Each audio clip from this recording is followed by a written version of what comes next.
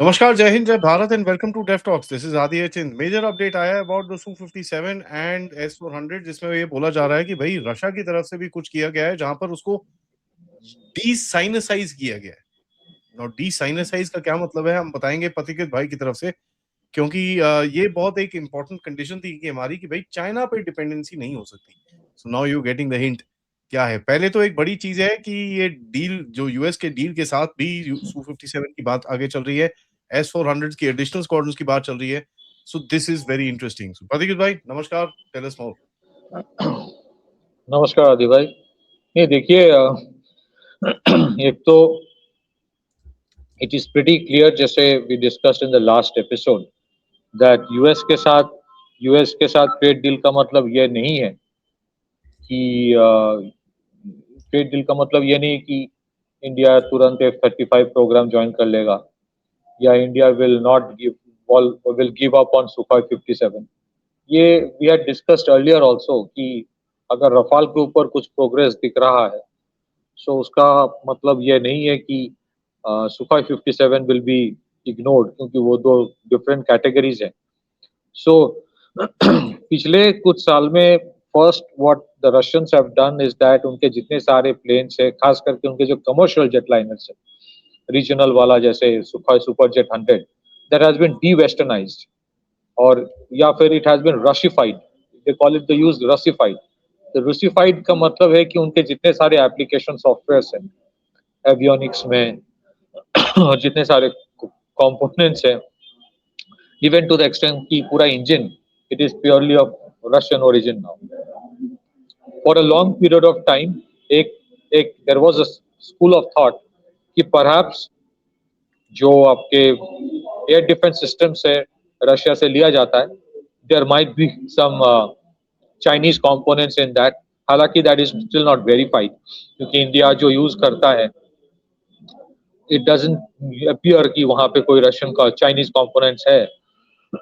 But मुझे लगता है कि over the last few years, पिछले 4-5 साल से एक टू सर्टेन एक्सटेंट एक डिपेंडेंस तो रशिया का हुआ था चाइना के ऊपर फॉर मेनी थिंग्स, क्योंकि वेस्ट से because of sanctions lot of technology या इलेक्ट्रॉनिक कंपोनेंट्स आना बंद हो गया था। तो whether if because of that अगर कहीं ना कहीं पे कुछ कुछ चीजों पे अगर रश चाइनीज कंपोनेंट्स है, so it appears that the Russians are ensuring कि when it comes to giving to India, delivering to India, वहां पे कोई चाइनीज कंपोनेंट्स ना हो सकता है कि in those things either they will be components of Russian origin या फिर इंडिया इंटीग्रेशन प्रोसेस ज्वाइन करेगा and India will tailor make those products with its own avionics और गाइडेंस और नेविगेशन सिस्टम, या फिर उन चीजों में जिस तरह के इलेक्ट्रॉनिक कंपोनेंट्स की जरूरत है। So two things again to cut the long story short, ये जितने बड़े जो ट्रम्प ने ट्वीट किया कि इंडिया ये छोड़ रहा है रशिया से, वो छोड़ रहा है रशिया से, I don't think India is disjoining और giving up on the strategic programmes with Russia, जिसमें सुखोई 57 एक क्रिटिकल रोल प्ले करता है। बट हाँ, it is very important to say this कि अगर सुखोई के ऊपर कोई बात हो रहा है, तो इसका मतलब ये नहीं कि अगले 6 महीने में एक डिसीजन हो जाएगा। देयर आर मेनी, एक तो गवर्नमेंट के लिए भी एक लेयर्ड अप्रोच होता है। I think the priority right now जितना समझ में आ रहा है will be the Rafale deal, और by that time some question marks है, those questions will have to be addressed, and then eventually Sukhoi 57 may be taken। एक important aspect ये भी है कि जो हेवी कॉम्बैट एयरक्राफ्ट कैटेगरी है, 40 ton category जो सुखोई 30 का है, उसमें India has always preferred twin seater configuration। So I think the Russians are already working on a twin seater configuration for Sukhoi 57। फिर कुछ और भी issues है, if those issues get addressed, then it all likelihood अगर 2026 के and के पहले 2026 का फाइनेंशियल ईयर जो है 2027 की मार्च के पहले शायद सुखा 50 रफाल वाला डील हो जाएगा, and may be later in 2027 और early 2028 you might have a full fledged Sukhoi deal हो सकता है। वो प्रोडक्शन इंडिया में होगा कि नहीं, उसकी अभी इंस्पेक्शंस चल रहा है, but that to a great extent will depend upon the quantum of the order। अगर आपके 2 स्क्वाड्रंस की ऑर्डर होती है तो फिर उसके लिए इंडिया का प्रोडक्शन लाइन इस्तेमाल करना it will not be cost efficient. It will only make sense to create an industrial ecosystem for aerospace components for Sukhoi 57 within India.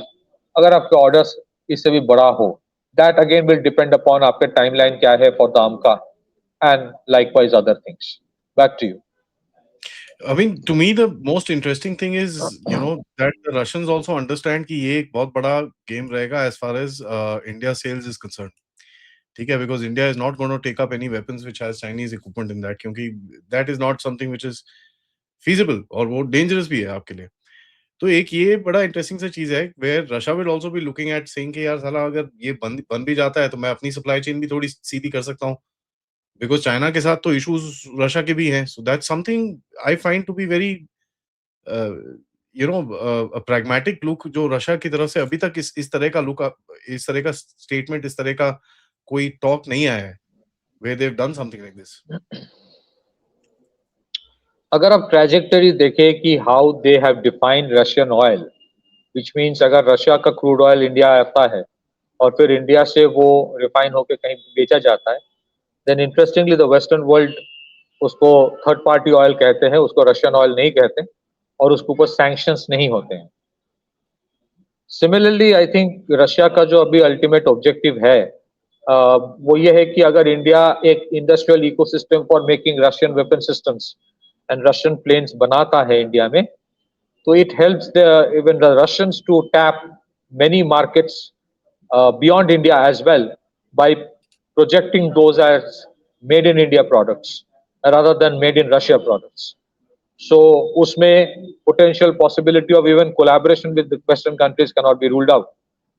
So that is why I think the Russians are very careful कि this is one area जहाँ पे because India has never done reverse engineering, so इस वजह से क्या है कि जो proprietary integrity है of Russian products that India has always maintained. So you cannot create, I mean, for Russia to create a supply chain and a manufacturing base in China will not make any sense.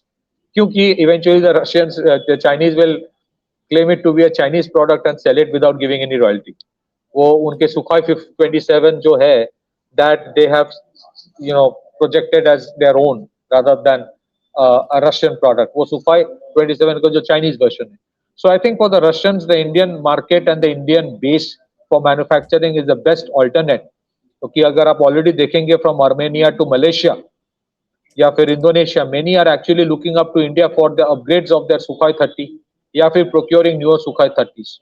So taking that kind of a model in mind, अगर कल को S400, S500 या फिर Sukhoi 57 का भी Russia pitches India as a viable production base, including that of IL-114 and Sukhoi Superjet 100, then that is something which will benefit Russia as well. क्योंकि एक projection ये भी है रशिया में कि the European war is far from over.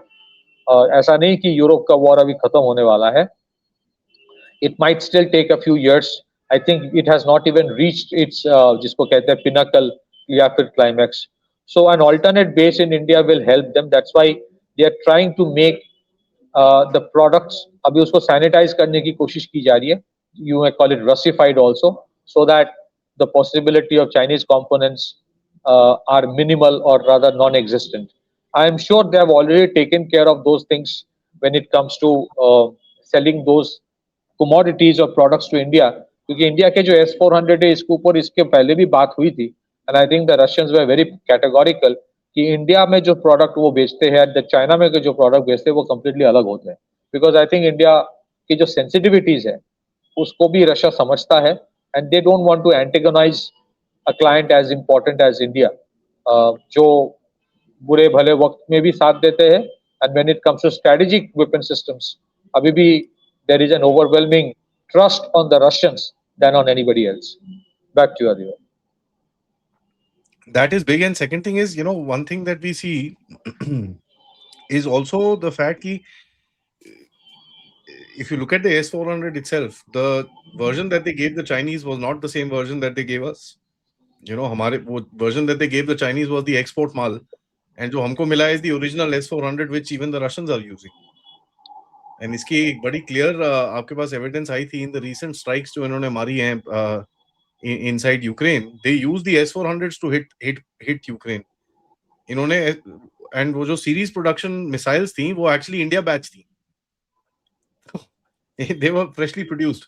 So obviously they उन्होंने बोला है कि मई तक आएगा, तो उनके पास पड़ी हुई थी, उन्होंने यूज करी होंगी, whatever it is. But that tells you something. जी बिल्कुल, जो आपके एक्सपोर्ट कंपोनेंट होता है या एक्सपोर्ट प्रोडक्ट होता है वो हमेशा generally of a lower dimension होता है.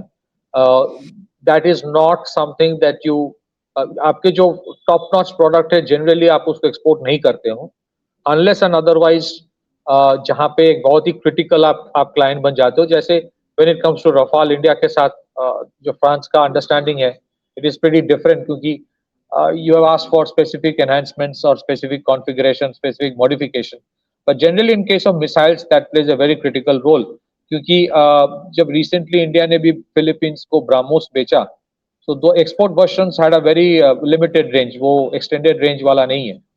So extended range अगर India रखता है खुद के पास जो 600 किलोमीटर या 400 किलोमीटर के है या more than that है, the export one will have 299 kilometer range.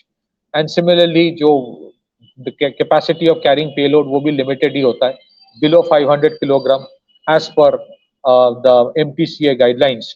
सो अगर आपको वो टॉप नॉच दे रहा है that means there is a trust factor. Primarily उस ट्रस्ट फैक्टर का सबसे बड़ा रीजन यही है कि they trust the Indians will not do reverse engineering.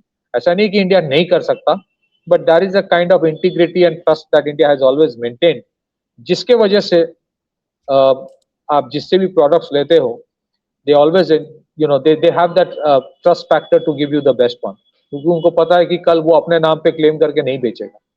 That is something India has never done, and I think we can take pride in the fact that we have not done it. Some people might say हाँ reverse engineering करके खुद का भी बना लेते. Eventually it doesn't work out, क्योंकि आप देखेंगे कुछ लेकुने, कुछ faults, कुछ gaping faults रह जाता है. Even today lot of things the Chinese which have copied from the Americans या फिर जो भी है बोला जाता है चुराया है जो भी है, उसमें कुछ गेपिंग फ्लॉस तो आपको मिल जाता है.